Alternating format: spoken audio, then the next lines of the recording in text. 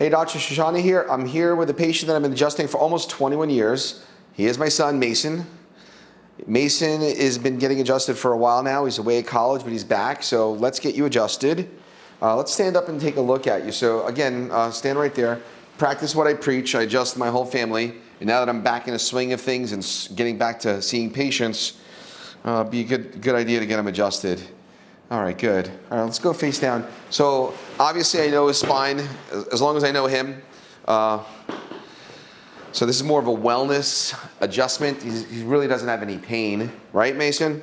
No, so no pain. So chiropractic is not just for people that hurt. It's for people just that want to maintain proper spinal alignment. So we do a leg check here. You can see a little short leg on the left-hand side. And when we go into the flexion position, I don't know if the camera picked that up, but you know, this is pretty cool to watch this. So we go from short here, taking out the pronation and supination, and I'm bringing it up into flexion, and like magic, it crosses over. You don't see that a lot on older patients, but younger people you do. So it just points me in a direction that his pelvis might be misaligned on the left-hand side. And as a student, he does a lot of sitting throughout the day. So we see this in a lot of our NYU students and Columbia students, mid-dorsal tension, so super easy to clear that area out. All right, Mace, take a deep breath in and let your air all the way out. Bend your knees. Bend, bend, bend. It's a solid adjustment. Yep. You okay with that? So what we're going to do now is, I know that upper dorsal is always an issue with him. This is a super important area for me to get adjusted on. T1, T2, phrenic nerve goes to the heart, goes to the diaphragm. So it's so important to keep this area nice and clear. And what works best for him, it's called the knife edge contact. It's a straight P to A adjustment. Pretty deep, pretty solid. Breathe in for me.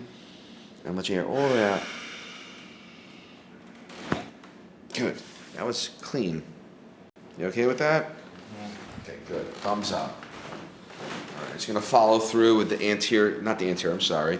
the upper thoracic area. Just easy. You've seen me do this move a lot. Just stretch. Good, clean. Breathe in. And easy. Let your air out. Drop this down. Good. Stay right there. Okay, go back up there. Still there. All right, so I'm gonna get you adjusted with the side posture. Lay on this side. You don't see me doing this a lot in my videos. I do a lot of P to A, but for him, this is an easy move. I'm not using a lot of twist or rotation. Breathe in, and just let your air out. I'm just gonna follow this down just a little bit. Good, face down. No release, not gonna force it. Respect that, which can go right into the drop. The thing is, if I don't want to hurt people, so if we're not going to force it, so we'll go straight into the drop technique that you guys have seen me do. Breathe in. No, it was wimpy. Let me do that again. Just relax this. Good. Good. There we go. That looks better already. All right. That looks better. You can see that nice and balanced. All right, let me just make sure your sacral rotation is not affected. Lift that right thigh straight up as high as you can. That looks good. Put it down. Now the opposite thigh straight up. Okay, the left side's a lot easier. Do that again. Let's see. Right side. Okay, good. Put it down. Left side. Which side is easier for you? Left side. Okay, so I'm going to do a little bit of a sacral drop. Let me have this.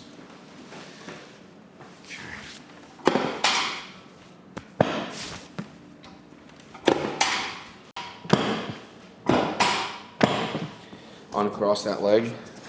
Cool. Lift that right leg up straight. That's better. I don't know if the camera can pick that up. Is that easier for you? Do that right leg up again. Yeah, a lot freer. Camera picked that up. All right. Perfect. Flip over. Okay, so we're just going to do that distraction. Hip. You should feel this into the knee, the hip, into the lower back. Good. A little bit of this ankle release. Good. Got it. Good. All right. I know his upper cervical spine almost always kind of the right atlas. It's probably been a couple months since I've seen him, so we're gonna check to see how that upper cervical area is moving. Relax this, rotate, rotate. Not a big deal. Right there. Drop. Drop this. Clean. Good. Drop this. Can't do that with that side yet. Drop this, 2, 3, 4, drop. Nothing. Take a nice deep breath in and let you all the way out. Drop this. All right, good. All right, stand up. Let's see what you got. Better? All right, get tall. All right, so that was just an impromptu visit. So when I mentioned earlier in the video that I'm not going to force it, if I try 1 or 2 times and I give an impulse and it doesn't go, I'll respect that and we'll try the next time. You can always add the next time, but if you go too hard, you can't take it back. So that's what I've learned a long time ago. So far, 27 years of practice, I haven't hurt anybody and done any permanent damage, so I want to keep it that way. So the reality is you could always try harder next time, especially if a patient's not moving. There are also things called direct non-force techniques. I don't practice that way. I'm a very traditional chiropractor that uses cutting-edge technology like posture array or x-rays, but when we adjust, we want to make sure we get the segment to move without hurting the patient.